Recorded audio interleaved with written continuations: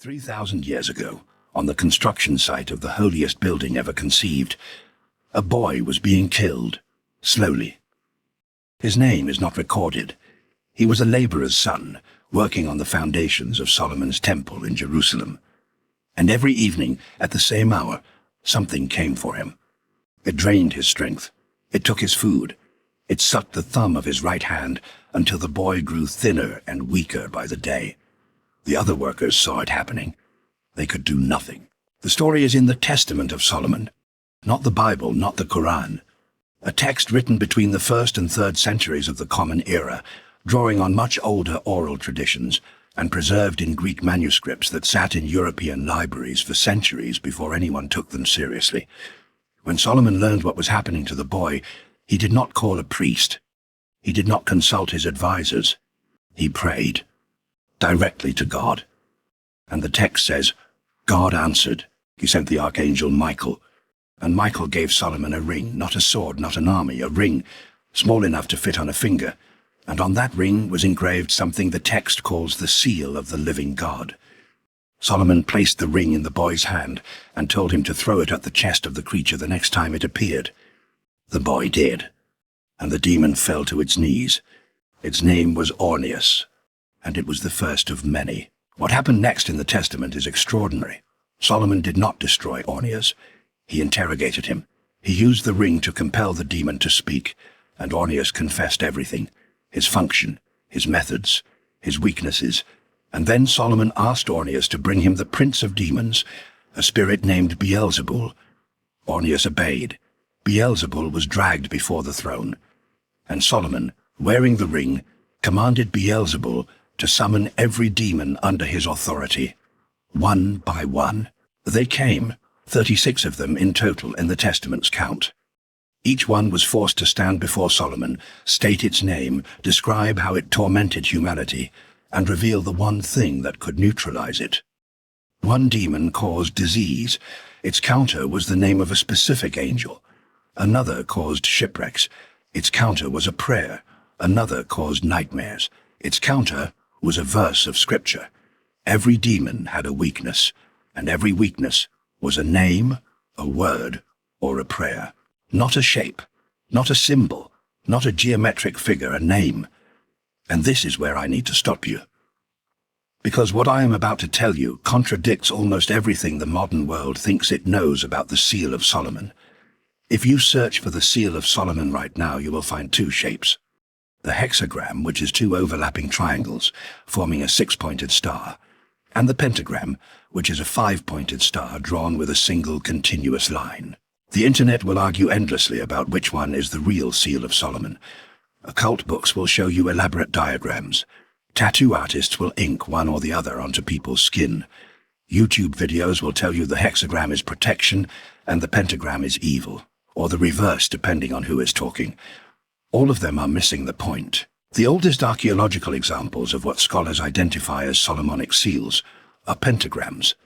5-pointed stars appear on Jewish artifacts from the Second Temple period, centuries before the hexagram became associated with Solomon or with Judaism. The hexagram as a specifically Jewish symbol, what most people now call the Star of David, did not become widespread until the medieval period. Byzantine amulets from the 6th and 7th centuries, the oldest physical objects explicitly labeled as Solomonic protection, show both shapes used interchangeably. Some show a pentagram, some show a hexagram. Some show neither, only an image of Solomon on horseback spearing a demon, with the inscription, Seal of Solomon, help the bearer. The shape changed across centuries and cultures. What never changed was the inscription, the seal of the living God. The name, and when I went back to the Testament of Solomon and read it again, slowly this time, I noticed something I had missed before. The text never describes the shape on the ring, not once. It describes what is written on it, and what is written on it is the name of God.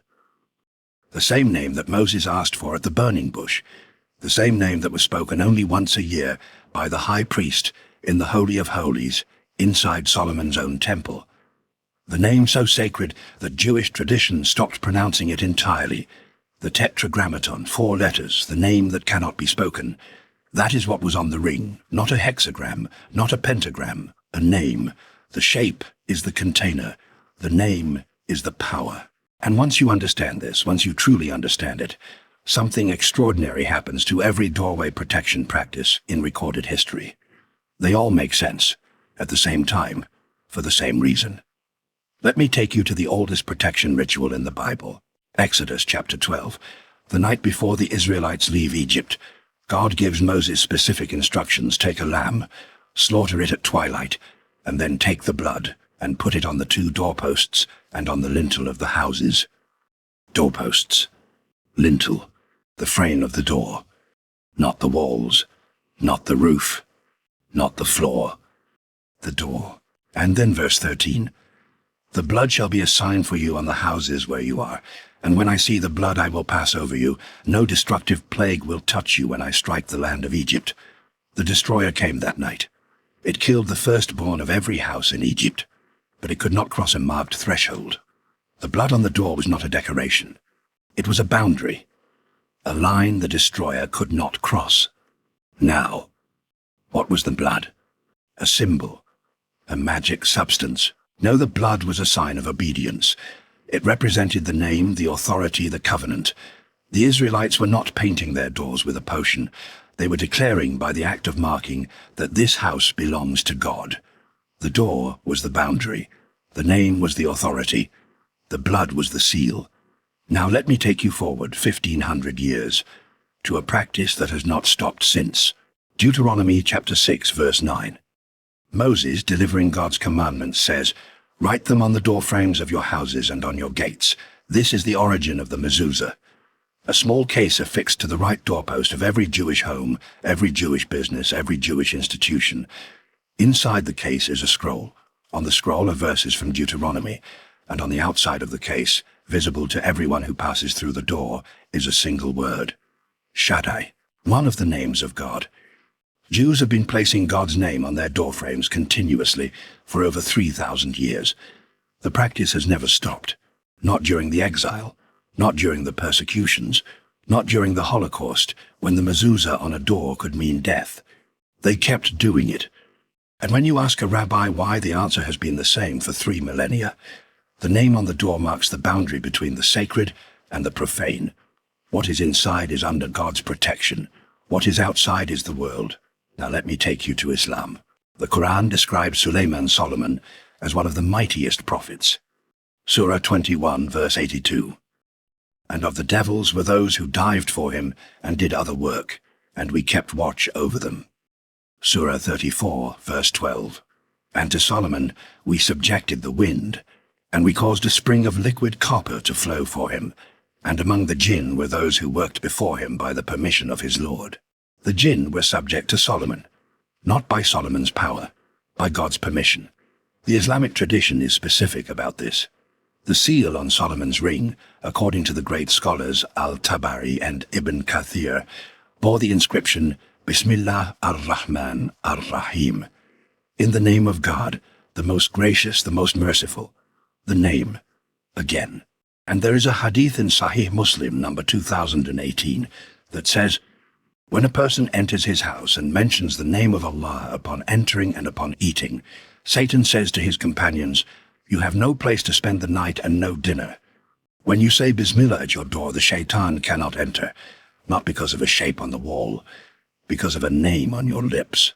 Now I want to take you somewhere unexpected, to the most famous work of German literature ever written, Johann Wolfgang von Goethe's Faust, published in 1808. Faust is a scholar who makes a deal with the devil. The devil's name is Mephistopheles, and there is a scene in the first act that most readers pass over without realizing what they are looking at. Mephistopheles enters Faust's study disguised as a black poodle. He transforms, he reveals himself. He and Faust talk, and then Mephistopheles tries to leave. He cannot. There is a pentagram drawn on the threshold of Faust's door, and Mephistopheles, one of the most powerful demons in European literary tradition, is physically trapped by it. He says, and I am translating from the German, the witch's foot upon your sill forbids me to withdraw. The witch's foot, in German Drudenfuss. This was the folk name for the pentagram in German-speaking lands. And Goethe was not inventing this detail. He was documenting something real. Across Bavaria, Saxony, and the Rhineland, into the 19th century, people carved pentagrams onto their doorsteps. Stone doorsteps. Wooden lintels. The Drudenfuss was placed at the threshold to prevent evil spirits from crossing into the home. This was not an occult practice, this was folk Christianity. Ordinary people, church-going people, doing what their grandparents had done, which was what their grandparents before them had done. The Solomonic seal survived the Christianization of Europe. It survived the medieval church. It survived the Reformation. It survived because it was carved into stone at the one location everyone understood mattered: the door. And this is where my own story intersects with this history, and I have been waiting to tell this for a long time. My mother was Igbo. She grew up in Nsukka in southeastern Nigeria. She was Catholic. She went to Mass every Sunday. She prayed the rosary every evening. And every year, at the beginning of the rainy season, she drew symbols on our doorframe with white chalk. I was perhaps 8 or 9 the first time I asked her about it. I said, "Mama, what are those?" She said, "They are to keep the house safe." I said, "Safe from what?" She looked at me the way she always did when she thought I was asking a question I already knew the answer to. She said, "From what comes in the rain." My father, the British academic, the historian of ancient religions, disapproved. He called it superstition. He said it was pre-Christian. He said it had no place in a rational household. My mother listened to him politely, and the next rainy season she drew the symbols again. She never stopped. I dismissed it too, for years. I went to Sos, I studied ancient languages.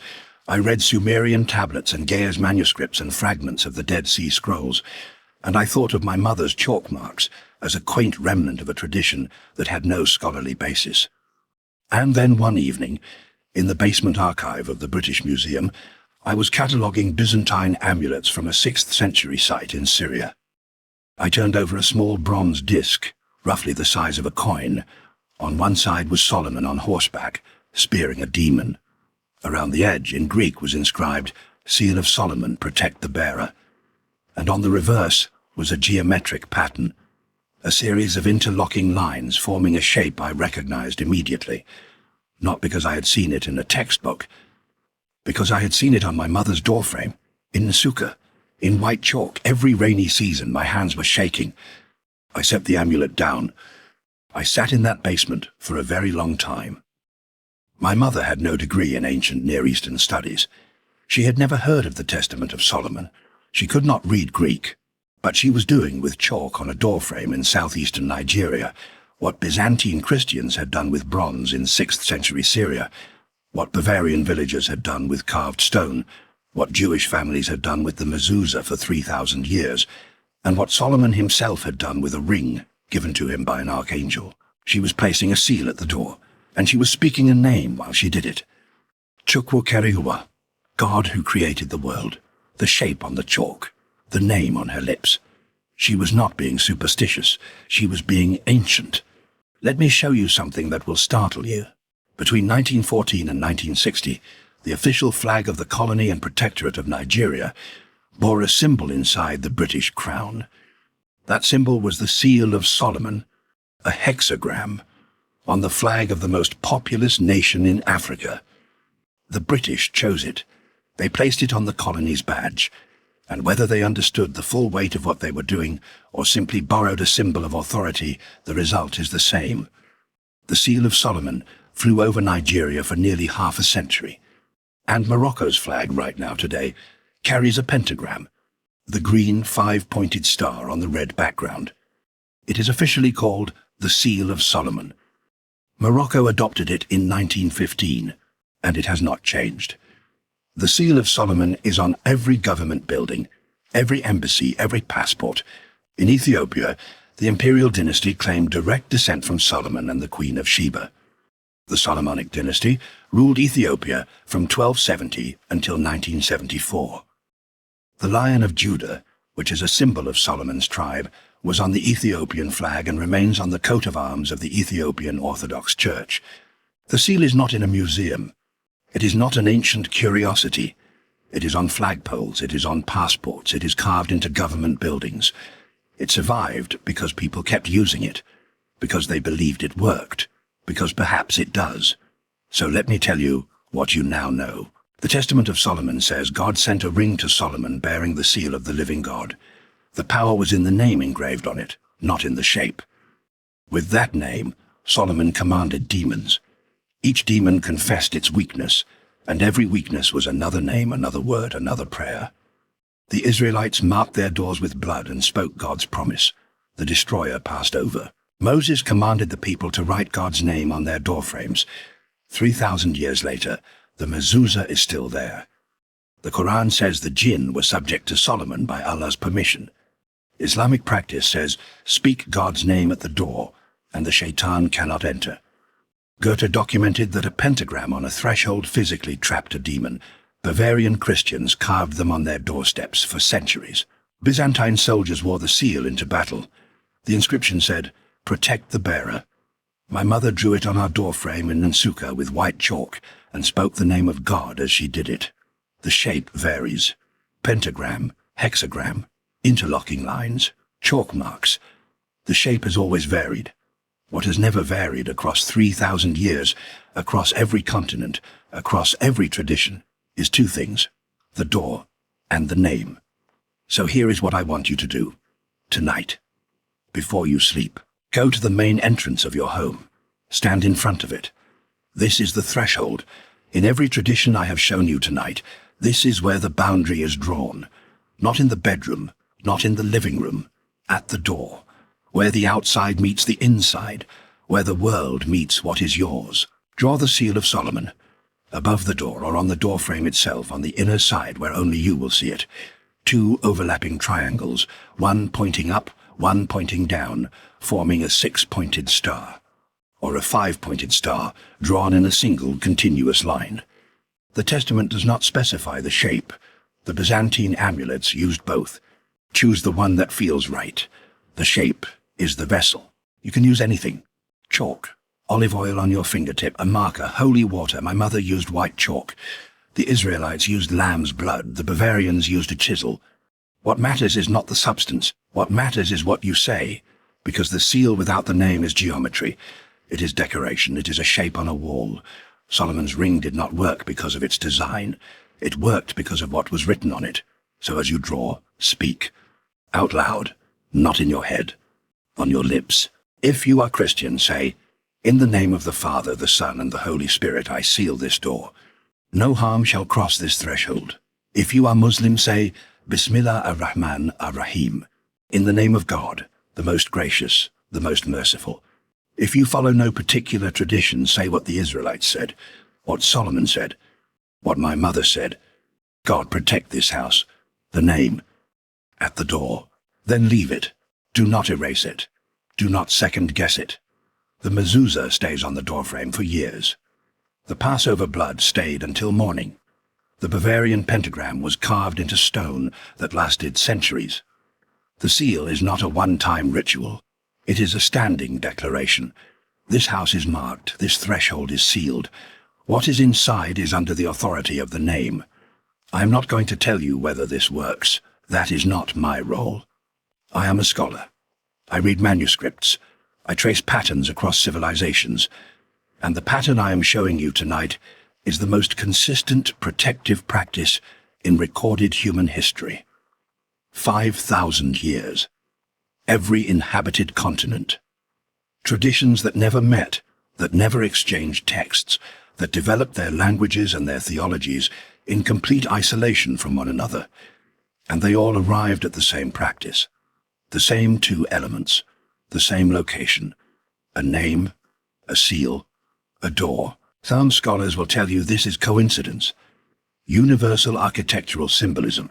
The door is a liminal space, a natural focal point for human anxiety about the boundary between safety and danger.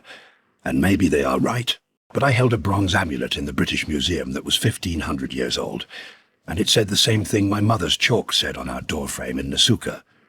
And I have read the Talmud, the Quran, the Testament of Solomon, and Goethe, and they all say the same thing. And I have stood in Ethiopian churches where priests anoint the doors with oil and speak the name of God before the congregation enters. And I have walked through the old city of Fez in Morocco, and seen the seal of Solomon carved above doorways that are 500 years old.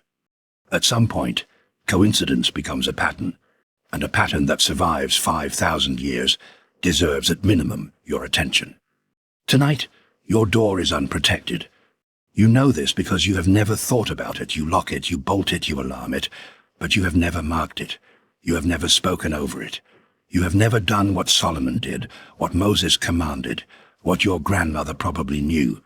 Tonight is different, because now you know the seal is not a shape, it is a name at a boundary. Your door. Tonight, draw it.